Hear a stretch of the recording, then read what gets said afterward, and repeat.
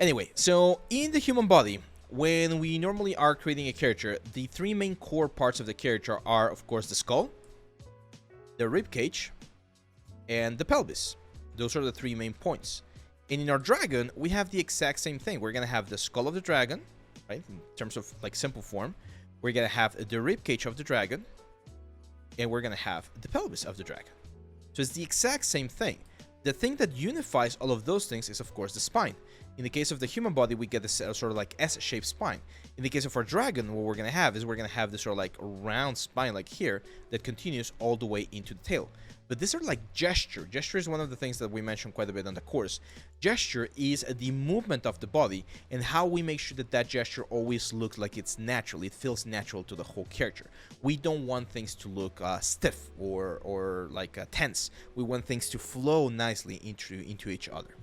So let's open ZBrush and let's see if we can save the dragon. I did the quick save. I hope it did save itself. Otherwise I'm gonna be a very sad streamer right now.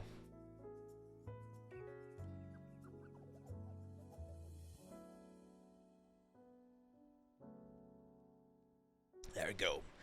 Did I miss any question? If you're in YouTube and you sent a question on the last stream and I what's the word? And I missed it, please just ask it again and I'll be happy to help you. Is it a Google course? No, it's not a Google course. Yeah, that was a funny coincidence right there. Now we're gonna be doing a superhero. So we're gonna be doing our own version of a superhero, and we're gonna do the 3D print statue.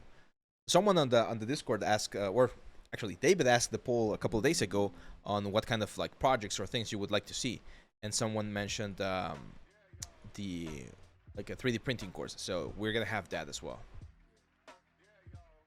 in this course. So it's mainly an anatomy course. That's the main focus. But we're also gonna have again a 3D printing section, and we're gonna have a posing section, all that stuff. There we go. P-Brain, hi Ave. I'm not sure if this is the right time to say this, but can you give me tips on how to keep going? Sure, but first, P-Brain, I need to ask you, what is it do you feel is keeping you from going? That makes sense. Like, because usually, whenever we're stuck at a point in our growth, any type of growth, this applies to anything in life, there's usually a couple of factors that could be affecting us. It could be a sort of fear. It could be anxiety.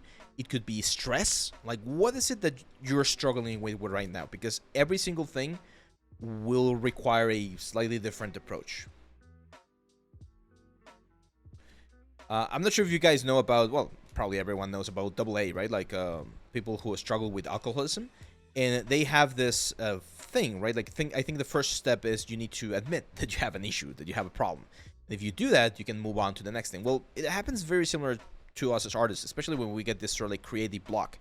Like, first of all, you need to identify that you have a block. Like, hey, yeah, I'm struggling. I cannot move forward. And once you do that, the next step would be is like, okay, why do you have that block? Like, why do you think you are having that special or that particular issue right now? And if we can pinpoint the reason behind that, it's going to be a lot easier to pinpoint how to proceed. So for me, for instance, one of the things that has stopped me before is fear of rejection, right? Like, I don't want to do something. I don't want to upload a short. I don't want to say an opinion or something because I'm afraid that I'm going to be canceled or something. I'm afraid that people are not going to see it or something. Well, if you have that fear and you understand that you have that fear, then the next step is, okay, what can you do to alleviate that sort of stuff? Well, first of all, you need to understand that, of course, no one's going to agree with you. Of course, there might be certain things that people won't find interesting and therefore they won't see it. But the fact that that you share it is already important. And if one person finds value in that, well, that I think is valuable for everyone. And that has been sort of like my motto ever since I started this new project. It's like, hey, I'm going to start doing this. I'm going to start uploading my experience and my opinion about the 3D world. And if there's people out there that find it useful, cool. There's absolutely no one, 0 persons find it valuable, then that's a sign that maybe I need to look for something else. But if there's like 1, 2, 3, 4, 10 persons or people that find it is useful, then okay, then that means I'm doing something that's valuable, right? So, but you do something that's valuable for the sake of the thing that you're doing, not for the approval of someone else. Again, that would be a specific for me. Okay, P-Brain is saying here, hey, I'm struggling to keep focus. I'm always exciting on the results, but I'm lacking of discipline. That's great. That's great that you were able to pinpoint that so quickly. Now, how do you train discipline? By doing small steps. I think one of the big issues with students, especially, I'm not sure if you're a student or you're more in the professional level, but one of the issue that I see with discipline is that people give themselves, and I do this a lot as well, very ambitious goals. Okay, very ambitious goals, and you're like, hey, I'm gonna give you an example. I'm gonna start working out tomorrow. I want to get healthier and I want to have a better body. Okay, sure. And then you say, okay, the first thing I'm gonna do is I'm gonna run 5 kilometers. It's like, that's too much, man. If you've never run in your life, trying to run 5 kilometers in just one day, it's going to be almost impossible.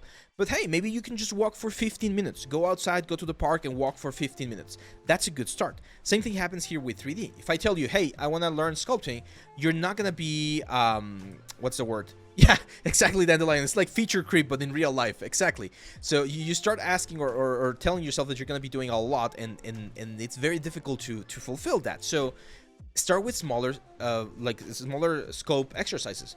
If you say, hey, I want to sculpt a dragon, like what I'm doing right now, well, if it's the first dragon you're going to sculpt and you're still learning about ZBrush, it might not be the best idea to do a dragon, but it might be a good idea to just do the head of the dragon, right?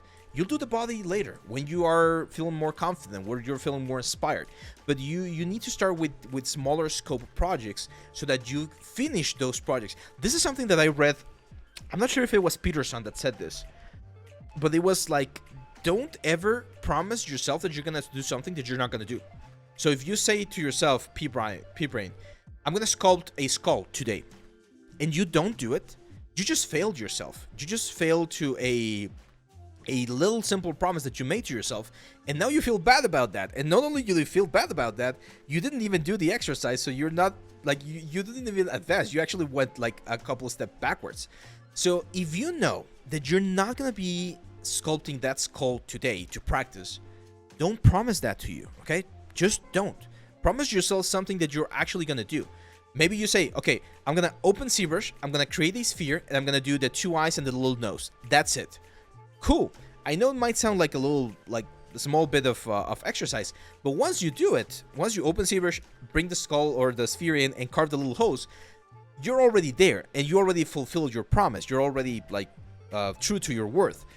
And now you might be inspired to just add a little bit more, and add a little bit more, and add a little bit more. And by the time you realize, you already finished the skull.